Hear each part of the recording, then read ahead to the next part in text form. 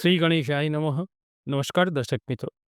વિક્રમ સંવત 2082 નું આ નૂતન વર્ષ તમારા માટે કેવું બની રહેશે?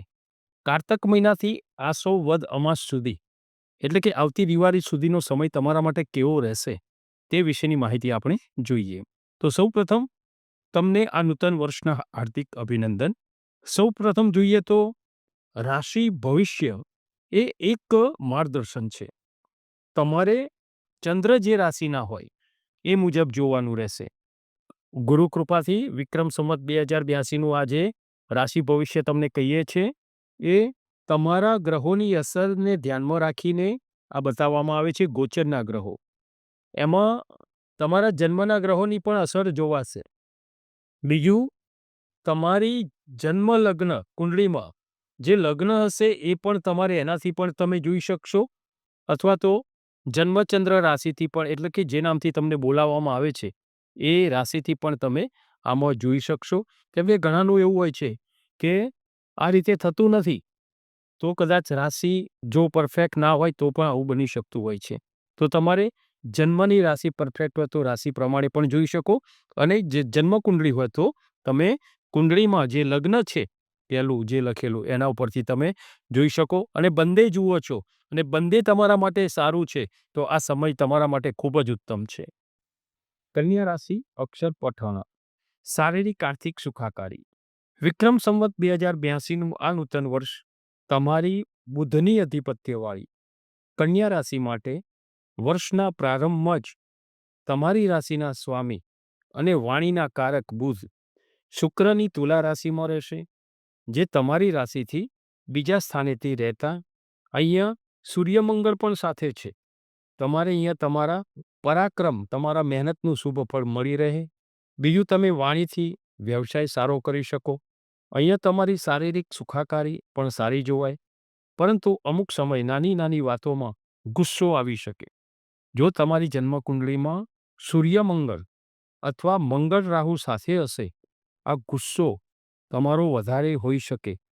તો અહીંયા તમે કોઈ જ્યોતિષીનું પરામર્શ લઈ અહીંયા આવા યોગ જો હોય તો તમે આ યોગ શું કરાવે, અગ્નિમાં જેમ ઘી નાખો ને અને જેમ અગ્નિ ભભકે એવું બની રહે, પછી એ ઘી બળી જાય એટલે પાછું અગ્નિ શાંત થાય. એટલે 2 મિનિટ પૂરતો જ આ ગુસ્સો હોય. 2 મિનિટ પછી કશું જ મનમાં હોતું નથી. દિલ સાફ રહેતું હોય, કે અંદરથી બહુ ભોર પણ હોય, પણ એ 2 મિનિટ હતું નહોતું કરી શકે. જો એ 2 મિનિટ સાચવી ના લે ને તો એને અથવા તમને પણ નુકસાન કરી શકે. નોકરી કરતા માટે આ સમય સારો જોવાય. દેવગુરુ જે છે એ તારીખ 18-10-2025થી ચંદ્રની કર્ક રાશિમાં આવતા તમારી રાશિથી 11માં લાભસ્થાનેથી રહેશે. અહીંયા તમને સારા ચાન્સ મળી શકે, અનેક તમને ઓપ્શન મળે, તમને પસંદગી કરવાના મોકા મળે કે તમે આ વસ્તુ પણ પસંદગીથી કાર્ય કરી શકો. વ્યવસાયમાં પણ તમે સારો લાભ મેળવી શકો. ભાગીદારીમાં હોય તો તમે એમાં બદલાવ કરી શકો. બીજું, રોકાણ એમાં કરી શકો. નોકરિયાત માટે પણ આ સમય સારો જોવાય. મેનેજમેન્ટથી તમને તમારા કાર્યથી વિશ્વાસ જીતી શકો અને તમને નાણાકીય સારો લાભ મળી શકે. સારી બઢતી બદલીના યોગ બની શકે. તમારા કાર્યથી તમે પ્રભાવિત સામેલા વ્યક્તિને કરી શકો. બીજું, તારીખ 29-3-2025થી શનિ મહારાજ મીન રાશિમાં આવતા તમારી રાશિથી 7મા સ્થાનેથી રહેશે. 7મા સ્થાનેથી શનિદેવનું ગોચર તાંબાના પાયા ઉપર ગણાય. 7મું સ્થાન શનિનું હોય એટલે તાંબાના પાયા ઉપર કહેવાય. તાંબાનો પાયો શુભ ગણાય છે. એ તમને સુખ આપનારું બની રહે, સુખ સંપત્તિ આપે.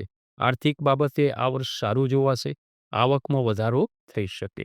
વિદ્યાર્થીઓ માટે આ નૂતન વર્ષ વિદ્યાભ્યાસ માટે જોઈએ તો સારું જોવાશે. તમને તમારું આયોજન મુજબ માહોલ બનાવી શકો. અહીંયા વિદ્યાર્થીઓ માટે માહોલ જ મહત્વનો છે. વિદ્યાભ્યાસ કરી શકો એ માટેનો જે માહોલ મળી રહે એ ખૂબ જ જરૂરી હોય છે. તમે મિત્રોથી પણ સારું માર્ગદર્શન મેળવી શકો. બીજું, તમારે વિદેશમાં જઈને અભ્યાસ કરવાના એવો વિચાર હોય તો આ સમય તમારા માટે યોગ્ય રહેશે. વિદ્યાભ્યાસમાં તમારો ઉત્સાહ, ધગશ અને તમારું આત્મબળ, તમારું સેલ્ફ કોન્ફિડન્સ એ સારી એ હશે તો સારી પ્રગતિ એમાં કરી શકશો અને તમારો લક્ષ્ય, તમારો ગોલ એ તમે સિદ્ધ કરી શકશો. બીજું, મહેનત તો કરવી જ રહી. પુરુષાર્થ વગર સિદ્ધિ કોઈ પ્રાપ્ત થતી નથી. આ એક તમને સારા યોગ ઊભા કરી આપે છે. બાકી એ સારો યોગ હોય ને એટલે તમને ડિસ્ટર્બ ના થવાય. સારો યોગ હોય એટલે તમે વગર ડિસ્ટર્બે તમારો અભ્યાસ કરી શકો. અહીંયા તમારું વાંચેલું પણ સમજેલું વાંચેલું યાદ રહે. સારા યોગ હોય ને તે બધું સારું જ થાય. તેવા યોગ બનતા હોય છે. બાકી માહોલ સારો મળી શકે. બાકી કાર્ય સફળતા માટે, ઉત્તમ વિદ્યા પ્રાપ્તિ માટે તનતોડ મહેનત તો કરવી જ જરૂરી રહેશે. લગ્ન તથા સંતાન વિષય. આ નૂતન વર્ષમાં તમારે વર્ષના પ્રારંભમાં ગુરુએ તારીખ 18-10-2025થી ચંદ્રની કર્ક રાશિમાં રહેશે, જે તમારી રાશિથી 11મા સ્થાનેથી રહેશે. ગુરુની 9મી દ્રષ્ટિ તમારી રાશિથી 7મા સ્થાને રહેશે. અહીં તમને 7મું સ્થાન એટલે કલત્ર સ્થાન તમારું લગ્નયોગ પ્રબળ બનાવે. જેના લગ્ન થઈ ગયા હોય તેમને માટે પણ આ સમય સારો જોવાશે. અહીંયા તેમના જીવનસાથીનું એ સુખ સારું મળી શકે, સ્નેહભાવમાં વધારો થાય.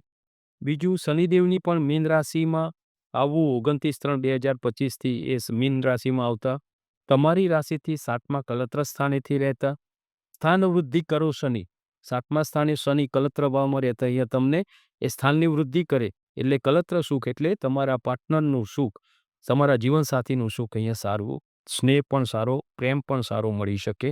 બીજું, સંતાન વિશે જોઈએ તો કર્ક રાશિમાં ગોચર કરતા ગુરુદેવની 7મી દ્રષ્ટિ તમારી રાશિથી 5મા સ્થાનેથી રહેતા તમને સંતાનથી સારું સુખ મળી શકે. સંતાનના પ્રશ્નો હલ થઈ શકે. સંતાનના જે પ્રશ્નો હોય એની ચિંતા જે હતી એ સમય એ બધી હળવી થાય. સમય એમનું કાર્ય થતા સંતાનના વિવાહ જે બાકી હોય એ પણ સમય કરી શકો. અને જે વિદ્યાભ્યાસનો પણ જે ચિંતા હતી એમાં પણ તમને એમાં રાહત મળે અને એમની પ્રગતિ સંતાનની જોઈ અને તમને આનંદ રહે. આ સમય ખૂબ જ આ સાનુકૂળતાવાળો સમય તમારા માટે બની રહે. ભાગ્યોદય. આ નૂતન વર્ષમાં શનિદેવનું મીન રાશિનું ગોચર જે તમારી રાશિથી 7મા સ્થાનેથી એટલે કે 7મું સ્થાન કલત્ર સ્થાન તો એ સુખ આપે એ આપણે વાત કરી, પણ શનિદેવ 7મા સ્થાને હોવું એ નાણાકીય રીતે કેવું સારું કહેવાય એ હું તમને કહું. 7મા સ્થાને શનિદેવ એટલે તાંબાના પાયા ઉપર ગણાય અને સૌથી શ્રેષ્ઠ ઉત્તમ ફળ આપનારો પાયો એ તાંબાનો પાયો. એ તમને સુખ સમૃદ્ધિ, તમને વૈભવ અપાવે, તમારી લાઈફસ્ટાઈલ બદલી નાખે. તમે જે તકલીફો હતી એ તકલીફોમાંથી રાહત અપાવે. આર્થિક રીતે પણ તમને રાહત, નોકરી કરતા માટે પણ આ સમય સારો જોવાય, બદલાવવાળો રહે. અહીંયા તમને બદલાવ સારો જોઈ શકો. બઢતી બદલીના યોગો અહીંયા તમે જોઈ શકો. તમે પરિવર્તન પણ સારું એવું કરી શકો. વર્ષના પ્રારંભમાં 3 મહિનામાં તમને સારું પરિવર્તન અહીંયા મળી શકે, સારો ચાન્સ બીજે મળી શકે.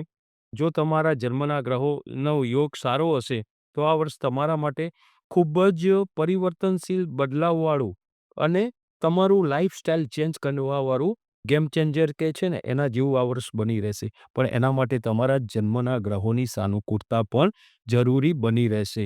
આમ તમારી રાશિમાં જે છે બુધ અને શુક્ર ઉત્તમ ફળ આપનારા બની રહેશે.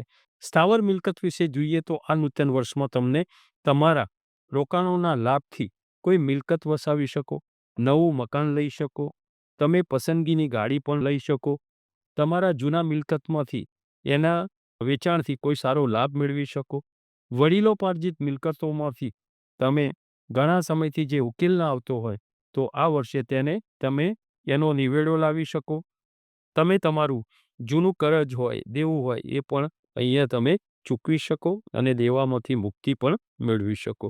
હવે છેલ્લે જોઈએ યાત્રા, પ્રવાસ, વિદેશ ગમન. તો આ નૂતન વર્ષમાં પ્રારંભમાં તમે પરિવાર સાથે એક ધાર્મિક યાત્રા કરી શકો. સાથે સાથે અહીંયા તમે તમારા પરિવાર સાથે કોઈ એક મોટો પ્રવાસ પણ કરી શકો.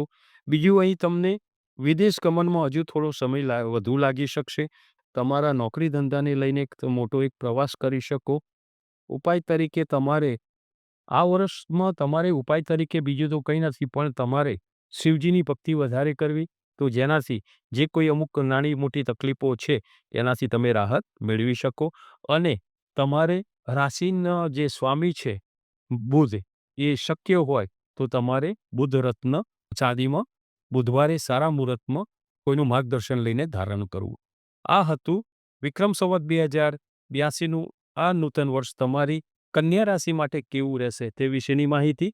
નમો નારાયણ.